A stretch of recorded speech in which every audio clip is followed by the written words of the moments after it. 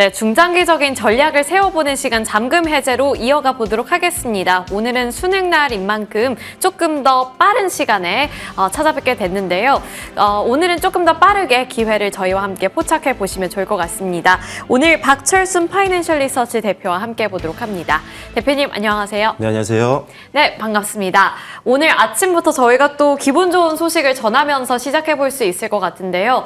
전일 상한가를 기록한 종목이 있습니다. 그리고 이 종목 미리 또 잡아주신 종목인데요. ABL 바이오 29.95% 굉장히 기분 좋은 숫자죠. 12만 6,700원의 거래를 마쳤고 지금 목표가는 이미 달성을 하고 뚫어냈습니다.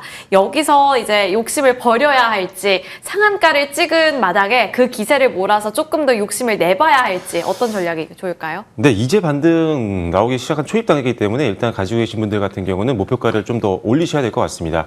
지난주에 추천을 드렸었는데 빠르게 일단 우리가 기대했던 기술 이전 계약이 나왔습니다. 일단 이 회사 같은 경우는 BBB 셔틀 플랫폼을 가지고 있는 회사죠. 이름은 그랩바디비인데 이미 2022년도부터 시작해서 산오피라든지 GSK와 기술 이전 계약을 체결을 했고요. 그렇기 때문에 제가 지난주에도 추가적인 기술 이전 기대감이 가장 높은 종목이라고 말씀을 드렸었고 이번 주에 드디어 일라이릴리 쪽과 3조 원이 넘는 규모의 기술 이전 계약이 체결이 됐고 어제 이로 인해서 상한가가 마무리가 됐습니다. 뿐만 아니라 이제 추가적인 기술 수출도 계속적으로 나올 수 있는 상황이고요. 거기다가 이제는 뇌혈관 쪽 질환에 대한 어떤 BBB 셔틀 플랫폼이 아니라 간이라든지 기타 장기 쪽으로도 적응적 확장 가능성이 좀 있기 때문에 추가적인 성장 동력들은 굉장히 많다라고 보시면 될 것 같고요.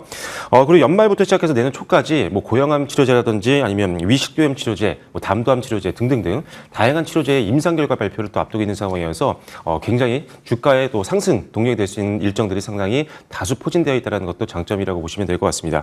일단 현재가 기준에서는 충분히 추가 상승 여력이 남아 있다라고 판단하고 있기 때문에 2차 목표가는요 15만 원으로 상향 조정하도록 하겠습니다. 네, 날짜가 잠깐 잘못 나온 것 같아요. 어떤 분께서 11월 16일은 작년인가? 라고 질문을 주셨는데 그게 아니라 11월 6일입니다. 단 일주일 만에 이렇게 폭발적인 시세가 나온 만큼 조금 더 기대감 걸어보면서 추가적인 전략 챙겨가 보시길 바라겠습니다. 저희 그리고 새로운 종목도 찾아봐야겠죠. 그 전에 앞서서 헤드라인을 통해서 기회를 포착해 보겠습니다.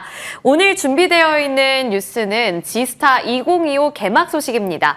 이제 우리나라 게임주를 향해서 긍정적인 코멘트가 하나둘씩 나오고 있고요. 최악의 구간을 통과하고 있다라는 증권가의 코멘트도 살펴볼 수 있습니다.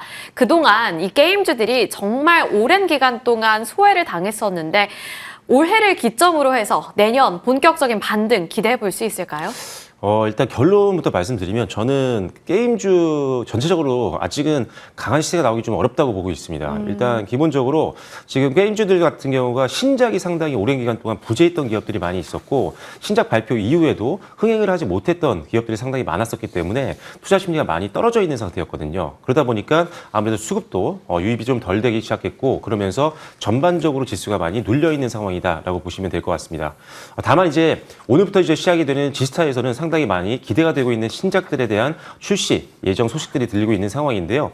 조금 전에 말씀해 주신 것처럼 일단 기본적으로 NC소플 같은 경우는 아이온2 출시에 대한 기대감이 남아있기 때문에 이번 지스타에서 상당히 주목을 많이 받을 걸로 예상하고 있고 넷마블 같은 경우는 7개의 대지에 오리진을 포함해서 한 4종 정도 출품을 좀 앞두고 있는 상황이기 때문에 관련돼서 이번 지스타에서 부각이 될 수 있는 종목들은 꽤 생길 수가 있는 상황이다라고 보시면 될 것 같습니다. 다만 앞서 말씀드린 것처럼 전체적으로 지금 다 갈 수 있는 시간은 아니기 때문에 선별적인 투자가 중요한데요.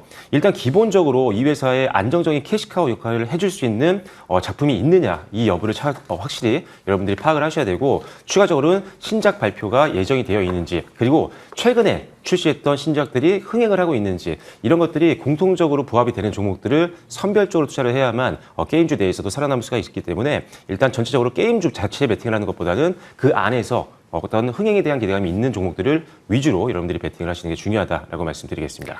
네, 정말 중요한 포인트를 짚어주셨는데요. 이렇게 게임 섹터 전반에 호재가 있다고 해서 아무 종목이나 고를 게 아니라 그 안에서 확실한 모멘텀, 신작에 대한 기대감이라든지 확실한 투자 포인트를 갖고 있는 쪽을 공략해야 한다라는 말씀 들어봤습니다. 자, 그러면 어떤 종목을 우리가 공략해 봐야 할지 종목명도 체크해 볼 텐데요. 오늘 준비해 주신 종목은 넷마블입니다. 넷마블이 사람들이 그래도 이번 지스타에서 또 기대가 가장 많이 되는 종목 중에 하나로 많이 거론이 되고 있더라고요. 두 가지 투자 포인트, 신작 효과와 4분기 실적인데 신작 효과부터 들어볼게요. 네, 일단은 지금 넷마블은 올해 아마 주의 깊게 지켜보신 분들 아시겠지만 신작의 명가입니다. 지금 신작을 출시하는 것들마다 계속적으로 실적이 좋아지고 있는 모습들이 확인이 되고 있는데 일단은 지난번 이제 8월 달에 출시했던 벤필 같은 경우도 엄청난 흥행을 했죠. 일단 현재 20억 원대 초중반의 어떤 일매출을 발생을 시키면서 엄청난 실적을 뽑아내고 있는 게 바로 벤필이고요. 그 뒤에 이어서 한 달 뒤에 9월 달에 세븐나이츠 리버스가 또 출시가 됐습니다. 이 제품 같은 경우도 뭐 iOS 기준으로 봤을 때 뭐 태국이라든지 홍콩 쪽에서 1위를 달성했을 정도로 상당히 흥행 조짐이 강했다라고 보시면 될 것 같습니다. 거기에 이제 신작 출시 기대감이 있다고 조금 전에 살짝 언급을 드렸었는데 이번 이 지스타에 참여를 해서 올해 신작 4종에 대한 내용들을 발표할 것으로 예상을 하고 있는 상황이고요. 특히나 이제 11월 달에 2026년도 신작 라인업을 조금 더 계속적으로 발표할 것 같은데 지금 4종으로 많이 알려져 있지만 5종이 되지 않을까라는 생각이 있습니다. 그래서 최근에도 출시가 굉장히 빈번하게 나타났었지만 앞으로도 2달에 한 번 정도는 신작 발표가 촘촘하게 예정이 되어 있는 상태이기 때문에 신작 모멘텀만으로도 주가의 기대감이 좀 더 높아지고 있는 상황이라고 보시면 될 것 같습니다. 네, 신작의 모멘텀을 정말 많이 갖고 있습니다. 가장 많은 신작 라인업이 기대되는 쪽이고 신작 명가라고 표현을 해주셨을 만큼 그 기대감 걸어보도록 하겠고요. 두 번째 투자 포인트도 짚어보도록 하겠습니다. 4분기 실적인데 이번에 3분기 실적도 좋았거든요. 네, 일단은 지금 3분기 실적도 어닝 서프라이즈를 기록을 했습니다. 일단 3분기 영업이익을 봤더니 지금 영업이익이 한 950억 원 정도 나왔었거든요. 그래서 시장에서 예상했던 추정치 대비했을 때 이를 상회하는 실적을 발표하면서 아주 좋은 실적 발표로 마무리가 됐고요. 3분기 때 영업이익이 950억 원을 기록했는데 4분기 때도 성장률이 굉장히 기대가 높습니다. 영업이익이 1,400억 원대 이상까지 급증할 것으로 예상하고 있어서 4분기에도 어닝 서프라이즈가 나올 수 있는 가능성이 굉장히 높아진 상황이라고 보시면 될 것 같습니다. 실적 시즌에 너무나도 적합한 종목이다라고 보시면 될 것 같고요. 그다음에 이제 실적은 나오고 있는데 지금 밸류에이션 매력은 굉장히 부각되고 있습니다. 차트를 보시면 아시겠지만 상당히 오랜 기간 동안 주가가 많이 눌려 있고 이제 반등이 나오기 시작한 초입 단계이기 때문에 실적 전망치는 좋은데 주가는 눌려 있는 당연히 밸류에이션 매력이 부각이 되면서 저평가 매력도 역시나 다시 한번 확대되고 있는 구간이라고 보시면 될 것 같습니다. 저가 매수세 유입도 기대되고 있는 기업이고요. PBR 밴드라든지 PER 밴드 하단 부분에도 있는 구간이기 때문에 저평가 매력이 있는 종목이라는 점까지 투자 포인트로 보시면 좋을 것 같습니다. 네, 저희 취지에 딱 맞는 종목인 것 같습니다. 저평가된 종목 넷마블 봐주셨는데요. 가격 라인을 설정해 보겠습니다. 오늘이 지스타 디데이잖아요. 그럼 오늘 매수하는 게 좋을까요? 아니면 지스타 다 끝나고 매수하는 게 좋을까요? 지금 현재 뭐 움직임을 봤을 때는 충분히 지금도 현재 분할 매수로 충분히 대응 가능한 구간이라고 보여집니다. 이제 사실 200일선을 이탈하면 금방 또 올라오는 모습들을 보였는데 최근에도 200일선 살짝 이탈했다가 바로 다음날 반등이 나오는 초입 구간이라고 보시면 될 것 같고요. 일단 현재 구간에서는 현 주가 위 상단에 보시면 일단 기본적으로 매물 저항대가 좀 있습니다. 그래서 1차적으로는 짧게 보시는 분들 같은 경우는 6만 원 정도를 1차 목표가로 보시면 되겠다라고 보시겠고요. 조금 중장기로 보시는 분들 같은 경우는 지지난달 고점이죠. 한 6만 9천 원까지 2차 목표가를 보시면 좋겠다라고 말씀드리겠고 손절 라인은 42,000원 정도로 제시를 해드리도록 하겠습니다. 네, 넷마블 목표 주가는 6만 원 그리고 2차까지 간다면 6만 9천 원으로 주셨고 리스크 주의 구간은 4만 2천 원으로 손절 가격 잡아보도록 하겠습니다. 첫 번째 종목 이렇게 전략 세워봤고요. 두 번째 기회도 찾아보겠습니다. 헤드라인 함께 살펴보시죠. 이번에는 바이오입니다. 바이오 갖고 계신 분들은 지금 너무 마음이 편하실 것 같은데 매수를 못하신 분들은 포모 현상 느끼실 것 같거든요. 바스닥이라는 표현까지 나오고 있습니다. 어제 ABL 바이오 봐주신 종목이 상한가를 기록했는데 제2의 ABL 바이오가 될 수 있는 종목 찾을 수 있을까요? 네, 찾을 수 있습니다. 일단은 지금 제약바이오 섹터는 우리가 가장 지금 집중해야 되는 대표 섹터라고 보시면 되는데 일단은 뭐 전 세계 주요 중앙은행들이 지금 계속적으로 금리를 낮춰나가고 있는 상황이기 때문에 금리나 최대 수혜주로 꼽히고 있는 제약바이오 섹터는 계속 여러분들이 지켜봐야 된다라고 보시면 될 것 같고요.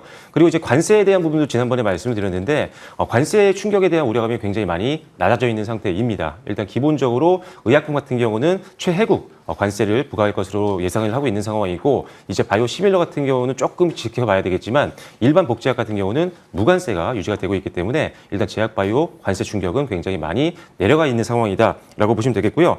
그리고 4분기 때부터가 일단 날씨가 추울 때가 전통적인 빅파마들의 M&A 시즌입니다. 왜냐하면 연말이라든지 연초에 이제 미래 성장 전략들을 발표할 때 이 M&A에 대한 내용들을 많이 이야기를 할 수밖에 없거든요. 그래서 그 전에 조금 인수하고 싶은 기업들을 빠르게 계약을 하는 그런 단계가 있기 때문에 4분기 때 M&A 기대감도 있습니다. 그래서 최근에 이제 D&D 파마텍의 파트너사죠. 메세라를 이제 화이자가 인수하면서 D&D 파마텍도 급등이 나왔었는데 뭐 한올 바이오 파마라든지 이런 기업들도 관련된 유사한 투자 포인트들이 있기 때문에 한번 지켜보시면 좋을 것 같고요. 그리고 ABL 바이오 같은 이런 기술 이전 기대감이 있는 기업들이 상당히 많습니다. 이미 기술 이전을 성공했던 기업들 같은 경우는 추가 기술 이전 기대감이 훨씬 더 높기 때문에 이전에 기술 이전 계약을 했었던 기업 위주로 한번 여러분들이 지켜보시면 좋을 것 같습니다. 네, 제약바이오 섹터에 대해서 사실 대표님이 이번에 처음 짚어주시는 게 아닙니다. 그때도 기술 이전 모멘텀을 갖고 있는 종목들을 위주로 봐야 한다고 말씀을 해주셨는데 관련해서 아직 우리에게 기회를 줄 수 있는 종목들 언급을 해주셨고요. 이제 본격적으로 공략해 봐야 하는 공략주도 공개해 보겠습니다. 오늘 큰 놈이 나왔네요. 알테오젠. 두 가지 투자 포인트 짚어본다면 ALT-B4 그리고 ADC 시장 나와 있습니다. 알테오젠 대표주잖아요. 네, 일단은 뭐 알테오젠은 뭐 코스닥 수총 상위 1위 종목이기도 하고 대장주입니다. 제2의 ABL 바이오가 아니라 원래 이게 대장주죠. 일단은 최근에 이제 어제 같은 경우 ABL 바이오가 많이 올라왔고 그다음에 리가켄 바이오가 따라서 급등이 나왔지만 알테오젠은 약간 그래도 상대적으로는 좀 덜 올랐습니다. 그래서 신규 접근하기는 상당히 좋다라는 판단이고요. 아시다시피 이 회사 같은 경우는 주력을 하고 있는 게 SC 제형 변경 플랫폼입니다. 그래서 어떻게 보면 정맥 주사 제형을 피하 주사 제형으로 바꿔서 환자의 편의성을 높이는 그런 제품으로 변화를 시켜주는 플랫폼이라고 보시면 되는데 일단 기본적으로 지금 빅파마들이 가지고 있었던 이 치료제들 이게 특허가 많이 만료를 앞두고 있는 상황이어서 S 제형으로 변경해서 일단은 생애 주기를 늘리려고 하는 계약들이 계속 늘어나고 있습니다. 그래서 실제로 이 회사 같은 경우 전 세계 의약품 매출 1위죠. 머크사의 키트르다 SC를 개발을 함으로써 이제 상용화까지 된 FDA 허가까지 난 상황이기 때문에 앞으로 로열티 매출을 기대해 볼 수 있는 상황이고 이번 FDA 승인을 통해서 일단 기본적으로 빅파마들의 신뢰도가 더욱더 높아졌습니다. 그래서 추가적인 계약이 더 많이 나올 수 있는 기업이다라고 보시면 될 것 같습니다.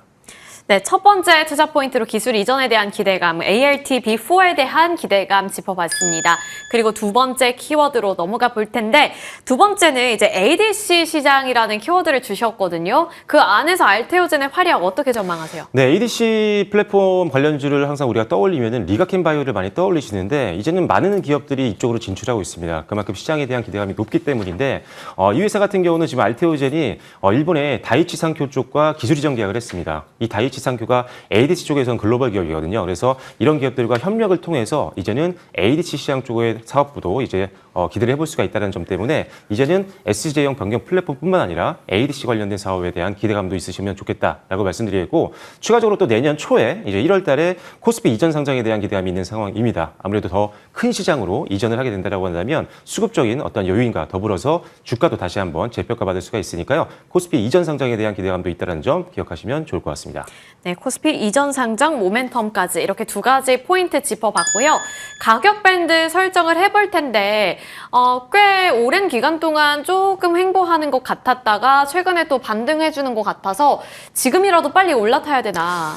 네, 지금 이제 전고점 뚫고 올라가는 제약바이오 종목들이 굉장히 많습니다. 알테오젠이라고 해서 절대 그렇지 못할 이유는 없거든요. 일단 가장 실적도 안정적이고 폭발적인 이제 실적 성장도 기대해 볼 수 있는 상황인데다가 기술 수출 모멘텀까지 있기 때문에 현 기점이라면 충분히 매수 가능한 구간이라고 보여집니다. 일단 목표가는요 70만 원으로 제시를 해드리겠고요. 손절 라인은 전저점 영이죠 50만 원대로 말씀을 드리도록 하겠습니다.